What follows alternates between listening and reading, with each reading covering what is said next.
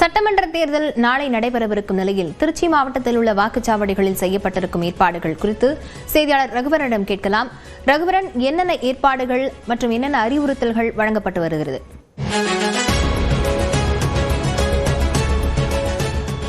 லாவண்யா, நாளை 2026ஆம் ஆண்டிற்கான சட்டமன்ற தேர்தலானது நடைபெற உள்ள நிலையில் வாக்குச்சாவடிகள் தயார்படுத்தும் பணி தீவிரப்படுத்தப்பட்டிருக்கிறது. நீங்க தற்போது பார்க்கலாம், வாக்குச்சாவடி எப்படியெல்லாம் தயார்படுத்தப்பட்டிருக்காங்க, என்னென்ன முன்னேற்பாடு பணிகள்லாம் செய்யப்பட்டு இருக்கு அப்படின்றத முழுமையா நம்ம சொல்லலாம். பாத்தீங்கன்னா தற்போது இந்த சாமியான பந்தல் போட்டிருக்காங்க. ஃபர்ஸ்ட் நம்ம ஒரு வாக்குச்சாவடிக்கு வரோம்னா வெயில், ஏன்னா வெயிலின் தாக்கம் அதிகமா இருக்கு, எல்லாம் வயதானவர்கள்லாம் வந்து ஓட்டு போடுறதுக்கு எதிராக அந்த சாமியான பந்தல் வெயிலின் நிழல்ல இருப்பதற்காக சாமியான பந்தல் போடப்பட்டிருக்கு. அது இல்லாம கூட்டம் நிறைய இருந்ததுன்னா அவங்க அமர்ந்து ஓட்டு போடுவதற்கான இருக்கைகளும் ஏற்பாடு செய்யப்பட்டிருக்கு. நீங்க பாத்தீங்கன்னா இப்ப தற்போது ஒரு வீல் சேர் இருக்கிறத பார்க்கலாம். வயதானவங்க, முடியாதவங்க யார் வந்தாலும் அவர்களை உள்ள அழைத்து செல்வதற்கான, வாக்குச்சாவடி மையத்துக்கு உள்ளே அழைத்து செல்வதற்கான இந்த வீல் சேர் அனைத்து வாக்குச்சாவடிகளும் இது போன்ற வீல் சேர் அமைக்கப்பட்டிருக்கு. இந்த மாதிரி பேரிகார்டு செப்பரேட் பண்ணிருக்காங்க. இது மாதிரி நிறைய கூட்டம் கிரௌடு வந்ததுன்னா அவங்க ஈஸியா வசதியா நிற்பதற்காக இந்த மாதிரி பேரிகார்டு போட்டிருக்காங்க. இது பண்ணி ஸ்லோப் இருக்கு, ஏன்னா முடியாதவங்க எளிதாக ஏறுவதற்கான இது போன்ற ஸ்லோப் பண்ணியிருக்கிறதையும் பார்க்க முடிகிறது. நம்ம உள்ள நுழைஞ்ச உடனே முதன்மையா பார்க்கறது பாத்தீங்கன்னா இந்த சிசிடிவி. எங்க பார்த்தாலும் இந்த சிசிடிவி போட்டிருக்காங்க. திருச்சி மாவட்டத்தை பொறுத்த வரைக்கும் பாத்தீங்கன்னா 2787 வாக்குச்சாவடிகள் இருக்கு. அதுல 2775 வாக்கு மையங்கள்ல பாத்தீங்கன்னா முழுமையாக இந்த சிசிடிவி கண்காணிப்புல இருக்கு.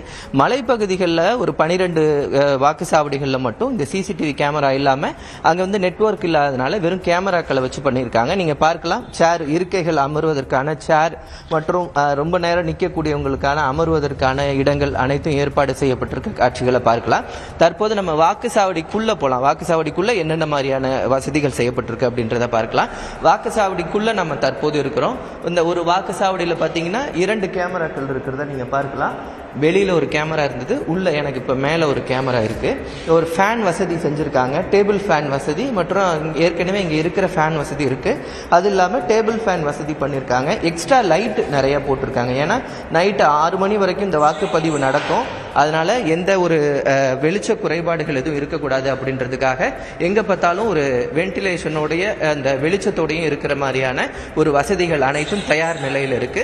வாக்குப்பதிவு எந்திரங்கள் பாத்தீங்கன்னா காலை 11 மணி முதல் வாக்குப்பதிவு எந்திரங்கள் வந்து எடுத்து வந்து தற்போது இன்று மாலை 6 மணிக்குள்ள அனைத்து வாக்குப்பதிவு மையங்கள்லையும் இந்த வாக்குப்பதிவு எந்திரங்கள் வைக்கும் பணியானது நடைபெறும்.